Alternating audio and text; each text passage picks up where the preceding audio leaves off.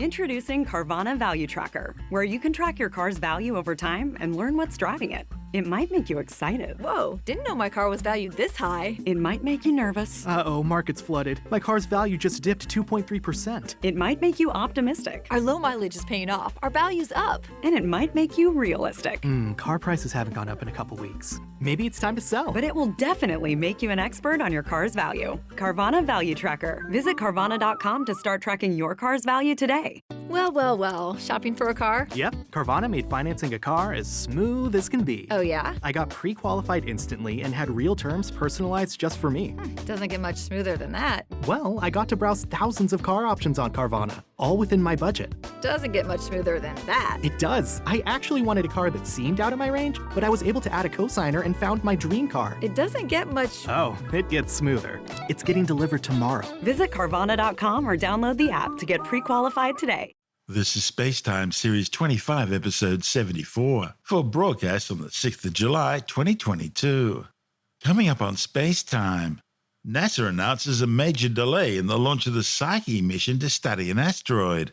New Zealand's first lunar mission blasts off successfully. And Iran carries out another ballistic missile test in violation of its nuclear non-proliferation treaty agreements. All that and more coming up on SpaceTime. Welcome to SpaceTime with Stuart Gary.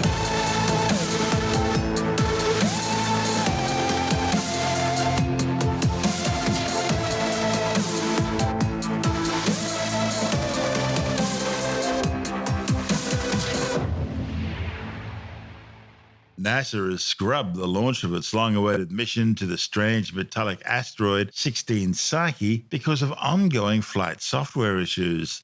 An independent assessment team will now review possible options for the next step, including estimating future costs. The agency says the software issues means it simply won't have enough time to complete the testing needed ahead of this year's launch window, which ends on October the 11th. NASA selected Psyche in 2017 as part of the agency's Discovery program, a line of low-cost competitive missions led by a single principal investigator. The independent assessment team, typically made up of experts from government, academia, and industry, will review possible options for both the mission and its implications for the Discovery program and for the planetary science portfolio. The problem is the spacecraft's guidance, navigation, and flight software. These control the orientation of the spacecraft as it flies through space and are used to point the spacecraft's antenna towards the Earth so that Psyche will be able to send and receive commands. It also provides trajectory information for the spacecraft's solar electric propulsion system, which begins operations 70 days after launch. So what's gone wrong? Well, it seems that as the mission managers at NASA's Jet Propulsion Laboratory in Pasadena, California began testing the system, a compatibility issue was discovered with the software's testbed simulators. In May, NASA shifted the mission's targeted launch date from August the 1st to no earlier than September 20th in order to accommodate the extra work needed. Now, that issue with the testbeds has now been identified and corrected. However, there's simply not been enough time left to complete a full checkout of all the software in order to still have a launch this year. And of course, you don't want something going wrong. After all, this mission will fly to a distant metal-rich asteroid using Mars for gravity assist on the way, and all that will take incredible precision. The mission's 2022 launch window would have allowed the spacecraft to arrive at asteroid Psyche in 2026. That's simply not going to happen now. But there are other launch windows. There's one next year in 2023 and another in 2024. But the relative orbital positions of Psyche and Earth mean the spacecraft wouldn't arrive at the asteroid until 2029 or 2030, respectively. So far, total life cycle mission costs for Psyche, including the rocket, stand at $985 million. Of that, $717 million has already been spent. The other problem is that two ride-along projects were scheduled to launch on the same SpaceX Falcon Heavy rocket as Psyche, including NASA's Janus mission to study a twin binary asteroid system and a deep space optical communications technology demonstration mission to test high data rate laser communications that is integrated within the Psyche spacecraft. NASA at this stage is still assessing options for both these missions. The 2,608 kilogram Psyche spacecraft is based on a Space Systems Loral SSL 1300 platform and equipped with 4 scientific instruments. There's a multispectral imager to provide high resolution images using different filters designed to discriminate between metallic and silicate constituents. The mission also carries a gamma ray and neutron spectrometer. It's designed to analyze and map the asteroid's composition. There's a magnetometer to measure and map the remnant magnetic field of the asteroid, and an X-band gravity science investigation, which will use the X-band microwave radio communication system to measure the asteroid's gravity field in order to determine its inside structure. As for the target 16 Psyche, well, it's the heaviest known M-class asteroid. Radar observations of the 222-kilometer wide asteroid indicate an iron-nickel composition containing about 1% of the total mass of the main asteroid belt between Mars and Jupiter. 16 Psyche was originally thought to be the exposed iron core of a protoplanet, the remnant of a violent collision with another object that somehow stripped off all its mantle and crust. However, numerous studies have since ruled out that option. Other hypotheses include the idea that Psyche was disrupted and then gravitationally reaccreted into a mix of metal and silicates. And that would make it a candidate for the parent boat of the mesosiderite class of stony iron meteorites. A third hypothesis is that Psyche may be a differentiated object, just like the mainboard asteroids Ceres and Vesta. But for some reason, it's experienced a type of iron volcanism, also known as ferrovolcanism, which is still in the process of cooling. This model predicts the metal would be highly enriched only in those regions containing relic volcanic centers. The good news is recent radar observations have been bolstering this hypothesis. This is SpaceTime. Still to come, New Zealand launches CAPSTONE, its first lunar mission. And in another slap in the face for the International Atomic Energy Agency, Iran has undertaken another ballistic missile launch, contravening its own agreements under the 2015 Vienna talks. All that and more still to come on SpaceTime.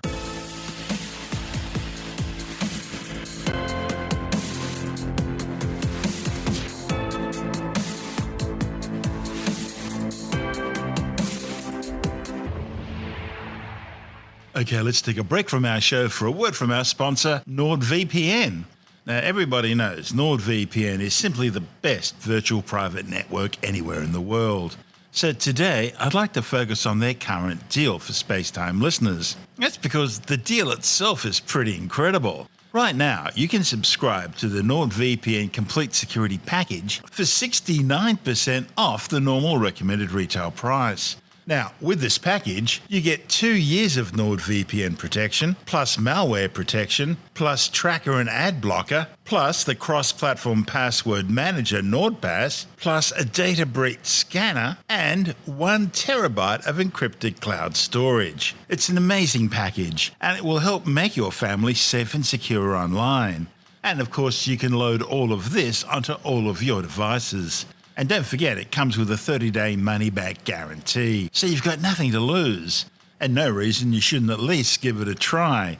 Now, it's the most complete security package available. And if you don't want to go that far with your security, well, we have 2 other great NordVPN packages available, and they all represent incredible value for money. You can find out full details on all 3 packages by visiting nordvpn.com/StuartGary and then click on the Get the Deal button. The promo code for the special deal is StuartGary. That URL again to get NordVPN's complete security package is nordvpn.com/StuartGary and will include the URL details in the show notes, and of course you can find them on our website. And now it's back to our show. This is SpaceTime with Stuart Gary. Rocket Labs has launched a lunar spacecraft for NASA. The Cislunar Autonomous Positioning System Technology Operations and Navigation Experiment, CAPSTONE CubeSat, was launched aboard an Electron rocket from Rocket Lab's Launch Complex 1 on New Zealand's North Island, Mahia Peninsula. The mission will launch from Pad B today at Launch Complex 1, where we have 2 orbital launch pads within our private spaceport dedicated for Electron launches. The rocket's strong back has retracted and has moved into the launch position. This launch platform structure is what holds the umbilical lines providing power to the rocket, which will fall away as Electron lifts off the pad. And now we are coming up to a critical juncture in the lead up to launch, the switch to the countdown auto sequence. The team are tracking no issues with the launch vehicle. CAPSTONE and Photon remain healthy, and the weather is looking good. Launch vehicle is fully on internal power. Lunar Zoljanah is on internal power. Lock load complete. Lock system in recirculation. All helium anti-gathering disabled. Stage 1 and Stage 2 at rest. High flow engine purge enabled. Water deluge activated. 10, 9, 8, 7, 6, 5, 4, 3, 2, 1. Confirm liftoff. 3B discharge now. Stage 1 propulsion is nominal. Entering burnout detect mode. Crank ship run 1. At T+1 minutes and Electron is in the air and onward to the moon for the CAPSTONE mission. That rocket is soaring through this nighttime sky, now past 14 kilometers in altitude in these past few moments. Now things look to be continuing nominally, which means that shortly Electron will come up against max Q, or maximum dynamic pressure. Now this is the moment when Electron will experience its most amount of mechanical stress as it travels through the atmosphere. So propulsion appears nominal on that first stage, and the Photon lunar upper stage and CAPSTONE spacecraft remain healthy inside the rocket's fairing. We are coming up soon on 3 events in the launch timeline that will occur in very short succession. So soon, the 9 Rutherford engines powering Electron right now will diminish their power and then shut off completely. That command is signaled by the rocket's flight computer and then called across mission control comms as MECO, or main engine cutoff. Now, once that action is complete, Electron will separate its first and second stages. The main booster will continue to slow and remain behind while the second stage carries on with the mission with the ignition of its single Rutherford engine. Space separation. And we'll be coming up soon on the fairing separation for the mission. So just to confirm from mission control comms, we have had MECO and second stage separation. So soon we will be coming up to the fairing separation of this mission. That is the jettison of the fairing halves, or the rocket's nose cone that sits on top of the second stage. So now that Electron is well past the Kármán line, we don't need that fairing. It served its purpose to protect the payload and the Photon upper stage during the launch through Earth's atmosphere. So again, that fairing will separate shortly in preparation for the final stage separation between the second stage and Photon. Separation. So there we go. We heard it on comms. We have had fairing separation on that second stage. And so there's confirmation that mission is continuing as it should, with CAPSTONE and the Photon lunar upper stage now exposed to space and no longer needing that protection through Earth's atmosphere. Now, Electron's second stage remains attached to the Photon lunar upper stage carrying CAPSTONE, providing it with that assist to the mission's parking orbit at 165 kilometers above Earth. The rocket's second stage is moving along nicely on its continued ascent, now traveling at a very fast speed of more than 9,000 kilometers an hour. Soon, the second stage on the Electron rocket, which is powered by our vacuum-optimized Rutherford engine, soon the batteries on that engine will need to be swapped out. Now, this is a unique aspect of our 3D printed engines because it's not many engines that are powered by batteries in the first place. In fact, the Rutherford became the first rocket engine in the world to reach space using an electric pump feed cycle when it was first launched all those years ago. Now, how it works is that we keep the engine firing all the way to orbit with the batteries that are powering that engine. But like all batteries do, these ones get depleted of power and we'll need to swap them out with a new set to keep the system running. We call that a battery hot swap, and that moment is coming up shortly. We will hopefully hear that on mission control comms. Stage 2 is starting to throttle down. Stage 2 guidance remains nominal, 200 seconds remaining. Hot swap.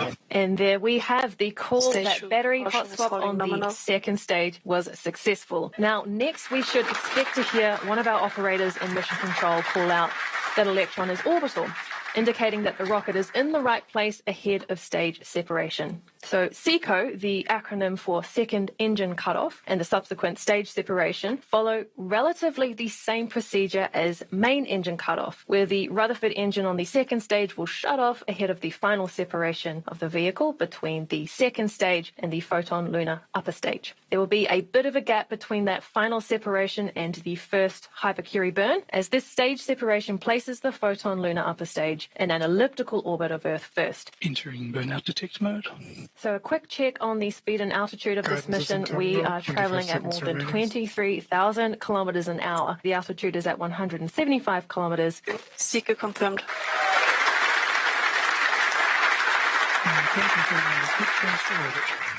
So with the Rutherford engine cooling down, that tells us that second engine cutoff was successful on Electron's second stage. And the photon lunar upper stage has now departed into its low Earth orbit with the moon-bound CAPSTONE spacecraft on board. Now, as a reminder from here, Photon is in charge of the mission. With its relightable hypercurie engine, Photon will begin maneuvering into a parking orbit just above substantial atmospheric drag, but below the Van Allen radiation belts. It is the perfect, stable platform from which to prepare for lunar departure. CAPSTONE will be the first spacecraft to test the near rectilinear halo orbit, which will be a key part of the Artemis project. A near rectilinear halo orbit, in this case, is a stable Lagrangian L1 gravitational well located between the Earth and the Moon, thereby allowing spacecraft to maintain stable orbit between the two celestial bodies. This unique orbital position will eventually be home to the new Lunar Gateway space station, which will be used as a base camp for Artemis missions down to the lunar surface. CAPSTONE was launched into an initial low Earth orbit by Electron and then placed on a ballistic lunar transfer orbit by Rocket Lab's new Lunar Photon spacecraft bus. From its initial parking orbit, the 25-kilogram microwave oven-sized spacecraft's Lunar Photon hypercurie engine began a series of orbit-raising maneuvers over 5 days, gradually increasing the spacecraft's velocity and stretching its orbit into an extreme ellipse around the Earth. It then ignited its engine for one final burn, accelerating CAPSTONE with the aid of the Sun's gravity to some 39,500 kilometers per hour on a ballistic lunar transfer trajectory. It then ignited its engine for one final burn, accelerating CAPSTONE with the aid of the Sun's gravity to some 39,500 kilometers per hour on a ballistic lunar transfer trajectory, taking it some 1.55 million kilometers away from the Earth, more than 3 times the distance between the Earth and the Moon, before being pulled back into the Earth-Moon system and eventually settling into its new rectilinear halo orbit. 20 minutes after ignition, Photon released CAPSTONE onto the first leg of its 4-month solo flight to its eventual home between the Earth and the Moon. CAPSTONE will remain in that location for the next 6 months in order to study the local orbital dynamics. This is SpaceTime. Still to come, Iran carries out another ballistic missile test despite its UN agreements, and South Korea launches its own orbital rocket. All that and more still to come on SpaceTime.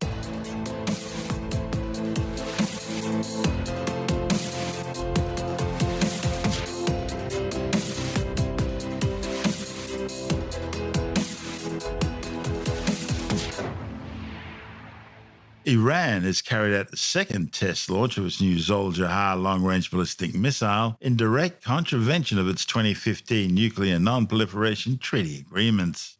The missile was launched from the Imam Khomeini missile test range in Iran's Semnan province, just east of the capital. Tehran claims its latest missile test was simply the launch of a suborbital satellite. The latest launch comes just the day after the European Union's top diplomat, Joseph Borrell, on a surprise visit to Tehran, said talks to revive the 2015 nuclear deal would resume within days after negotiations hit a snag in March when Iran demanded that its Islamic Revolutionary Guards be removed from the terrorist watch list. Tensions have continued to escalate in recent months following Iran's decision to turn off and remove some 27 International Atomic Energy Agency surveillance cameras designed to monitor Tehran's rapidly advancing nuclear program. The UN nuclear watchdog says the Islamic Republic began using advanced centrifuges to enrich uranium back in September 2019, and it now has an enriched uranium stockpile some 18 times above its 2015 Vienna agreements. The agency warns that Tehran's nuclear program is now more advanced than at any other time in the program's past. The moves are the latest in a growing list of broken agreements by the Islamic Republic, which have included refusing access to the International Atomic Energy Agency's weapons inspectors and failing to disclose the location of key nuclear weapon components in its possession. Things started to get even more serious in February 2021, when the UN nuclear watchdog found that Iran had begun producing uranium metal, a material only ever used in nuclear weapons.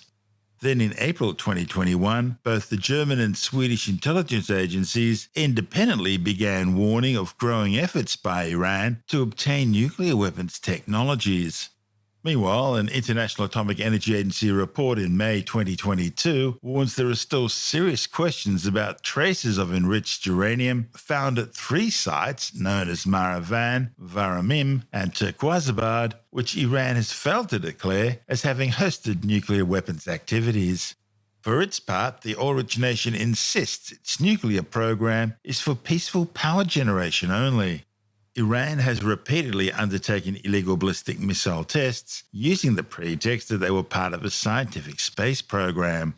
It's the same claim used by Iran's nuclear technology partner North Korea when Pyongyang began developing its own nuclear weapons delivery systems. The two rogue nations have been working together on nuclear weapons and their delivery systems for decades. The 25.5-metre tall 3-stage Zoljanah missile uses identical solid rocket engines for its first and second stages, combined with a liquid-fueled Shafir missile as the third stage. The Shafir is based on the North Korean No-Dong Hwasong-7, which is basically a Soviet Union-era SS-1 Scud missile. This is SpaceTime. Still to come, South Korea launches its own orbital rocket. And later in the science report, claims there are now fewer tropical cyclones across the world than before industrialisation. All that and more still to come on SpaceTime.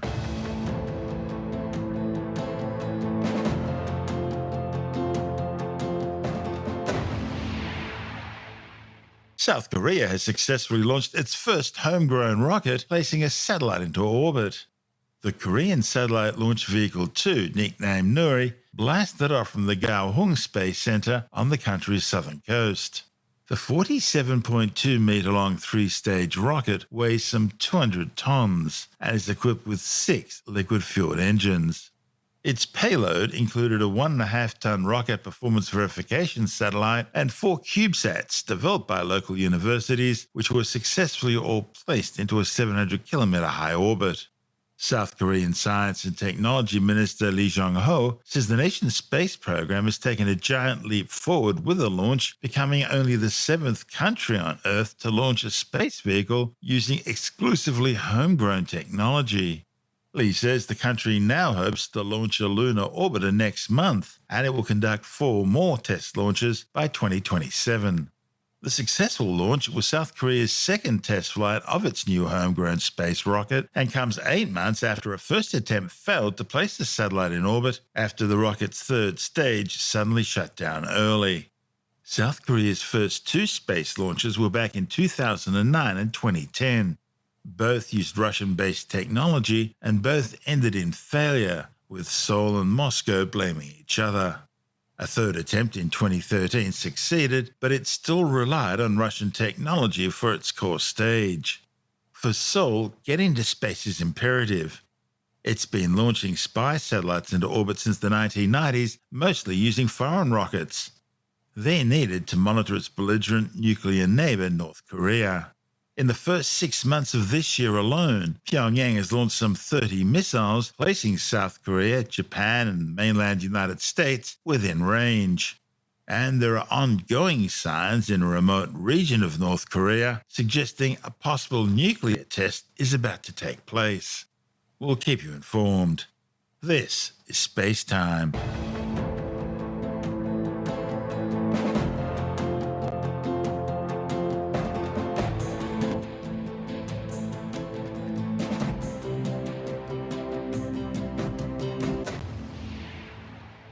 Time now to take another brief look at some of the other stories making news in science this week with a science report. A new study has shown there are now fewer tropical cyclones, hurricanes and typhoons across the world than before industrialisation. A report in the journal Nature Climate Change looked at a combination of historical records and modelling to estimate the number of cyclones since 1850, finding that they've decreased by about 13% in the 20th century compared to in the years up to 1900. Scientists now believe a weakening of tropical atmospheric circulation related to climate change is the most likely cause. But they warn that frequency is just one factor associated with the dangers of tropical cyclones. And this study did not consider changes in speed, intensity, or the location of these events. Meanwhile, a separate study in Nature claims future extreme El Niño and La Niña events could make the world even hotter. Scientists found that more extreme La Niña and El Niño events caused by climate change would reduce the ability of the Great Southern Ocean to soak up excess heat, meaning more heat would be retained in the atmosphere.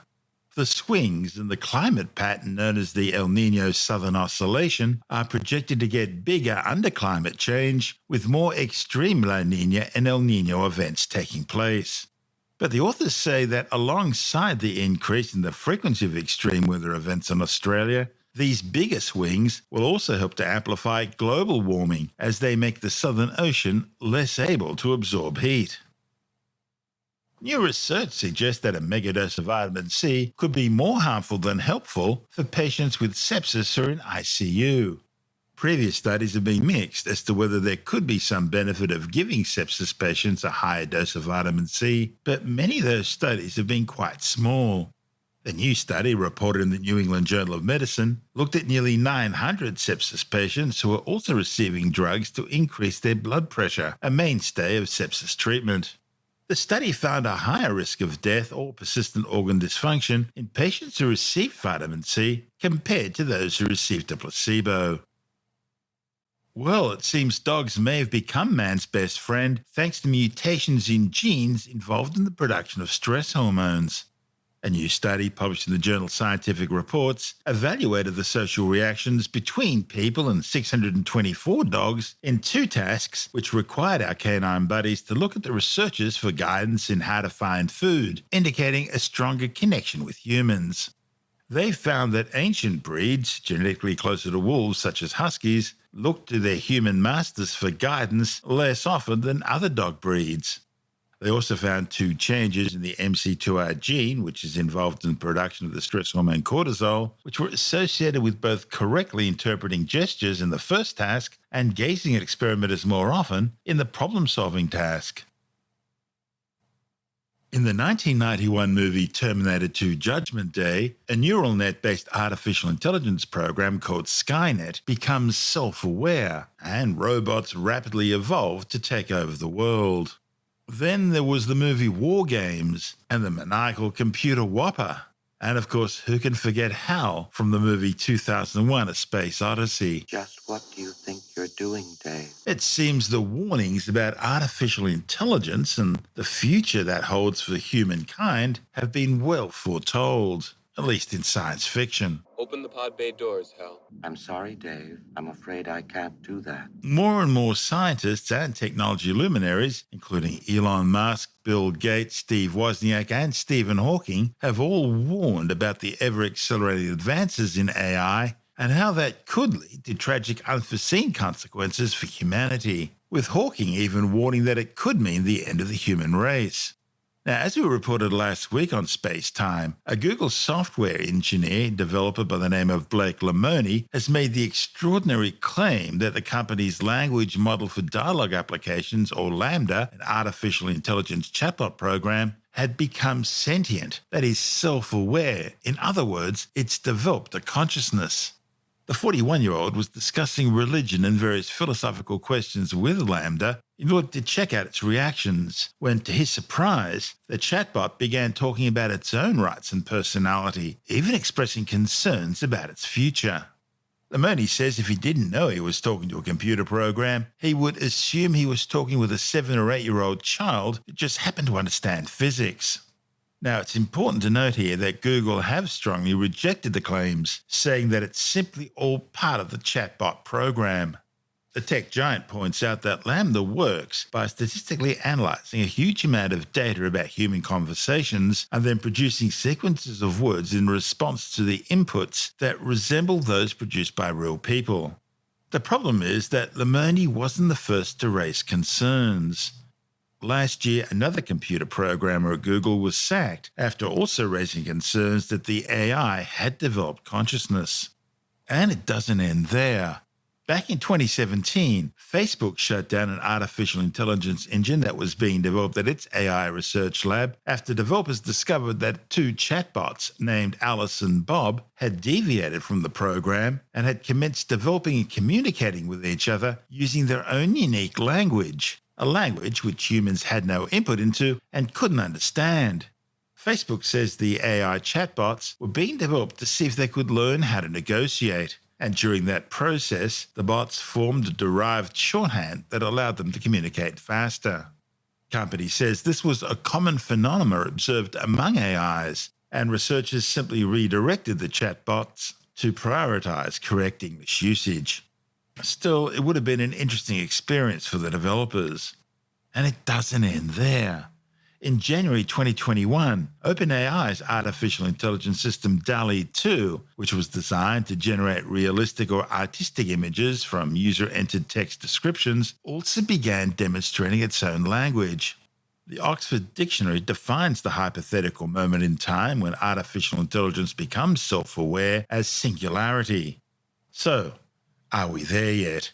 Alex Zaharov-Reutt is technology editor with ity.com. Taken at face value, it does look as though it is indeed a person, in inverted commas, saying stuff that makes you think that the AI has thoughts and feelings and understands what emotions are and has somehow sparked into sentience. But the thing is that, I read another article where somebody else had claimed to talk to it. I don't know if they were being serious or real, but they talked about, they started off with the same sort of leading sentence, and it's like, I take it that you'd like to let people know that you are a werewolf. Is this true? And of course the AI responds, yes, of course it's true. Yes, I am a werewolf, and I'm able to transform from a computer program into a physical werewolf, and sort of, the conversation goes on. I mean, the thing is, when you program a computer program to respond in a certain way, or you give that computer program by the power of algorithms and billions upon billions of lines of human text, then it is able to very convincingly put together a facsimile of what,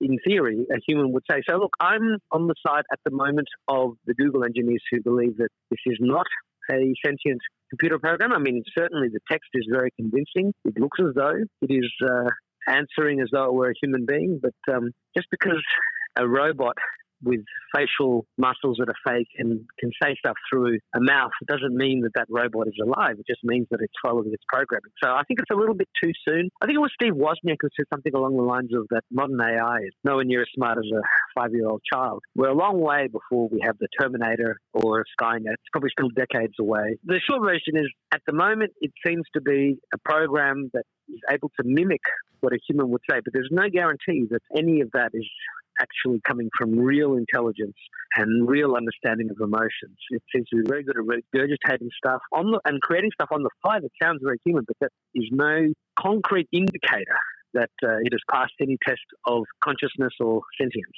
Look, one of the things about AI technology is that a lot of it is still a black box. And there was the famous case of a couple of AI bots that started talking to each other in their own language. And the Facebook developers had to instruct these machines that they must talk in English. I mean, the ability for humanity to understand what is going through an AI's mind is the ability to look at its programming and understand. It cannot be a black box, because if it's a black box and nobody knows what's going on, then that's when you can have things developing without any oversight. And if one thing science fiction movies teach us, humanity always needs to have the kill switch so that we can shut down any rogue AIs.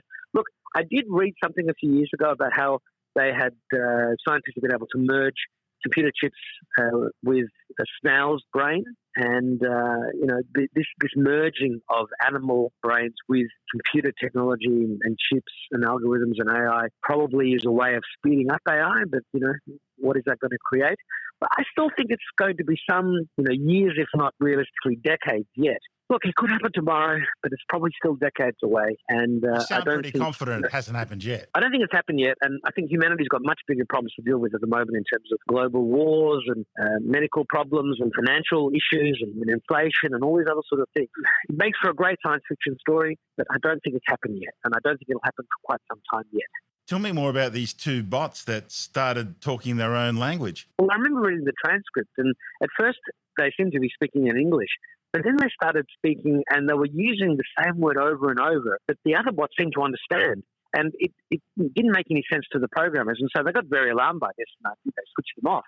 But they were developing their own language and there was no imperative, there was no instruction, there was no sort of Asimovian laws of robotics where they were saying, look, you must speak in English and be able to explain what it is you're doing so that we, as your creators, as your programmers, can understand. And I'm pretty sure that, Meta, their programmers would have made this a directive for any future AI because, again, if we don't understand what's going on, then we're in the dark. And if you're in the dark, then that's a very black box. The Tower of Babel problem. Yeah, well, that's exactly right. And, I was showing a Bangladeshi taxi driver today who, had heard of Google Translate but had never really used it. And I was showing him, and I showed many Uber and taxi drivers who clearly are not, Anglo-Saxon people, and I asked them what language do they speak, and I said, well, have you heard of Google Translate? And they were amazed at how accurate it is. It's incredibly accurate. These people are their jaw drops when they see it. And so, we have this Google Translate that can now do so well for human languages, and yet the ability for, technology to explain itself properly to humans is still a huge grey area. And this is the decade where we're really going to start figuring this out. And look, if we don't figure it out this decade, we're going to have to figure it out next decade because by then we'll have much more powerful quantum computers. But, and it's also in the quantum realm that we probably will have computers that spark into some sort of sentience or some sort of conscience because we will have that next order of magnitude of technological advancement. The current binary computers probably just aren't smart enough yet, but this coming age of quantum computing is most likely the one that is going to have computers with more than enough power to start fully simulating human minds and truly being sentient. That's Alex Harov-Reutt from ity.com.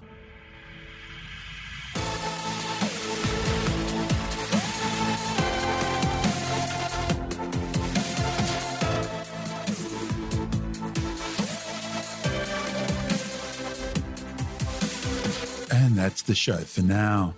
SpaceTime is available every Monday, Wednesday and Friday through Apple Podcasts, iTunes, Stitcher, Google Podcast, Pocket Casts, Spotify, Acast, Amazon Music, Bytes.com, SoundCloud, YouTube, your favorite podcast download provider, and from spacetimewithstuartgary.com.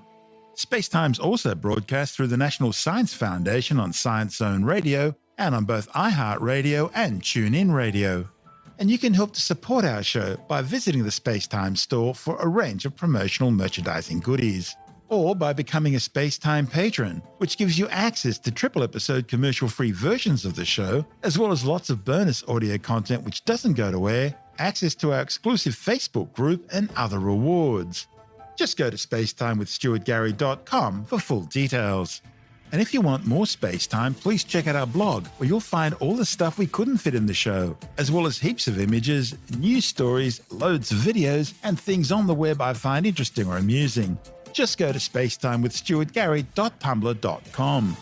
That's all one word, and that's Tumblr without the E.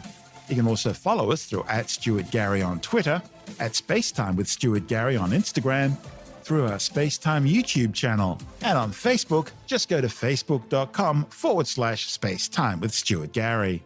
And SpaceTime is brought to you in collaboration with Australian Sky and Telescope magazine, your window on the universe. You've been listening to SpaceTime with Stuart Gary. This has been another quality podcast production from Bytes.com.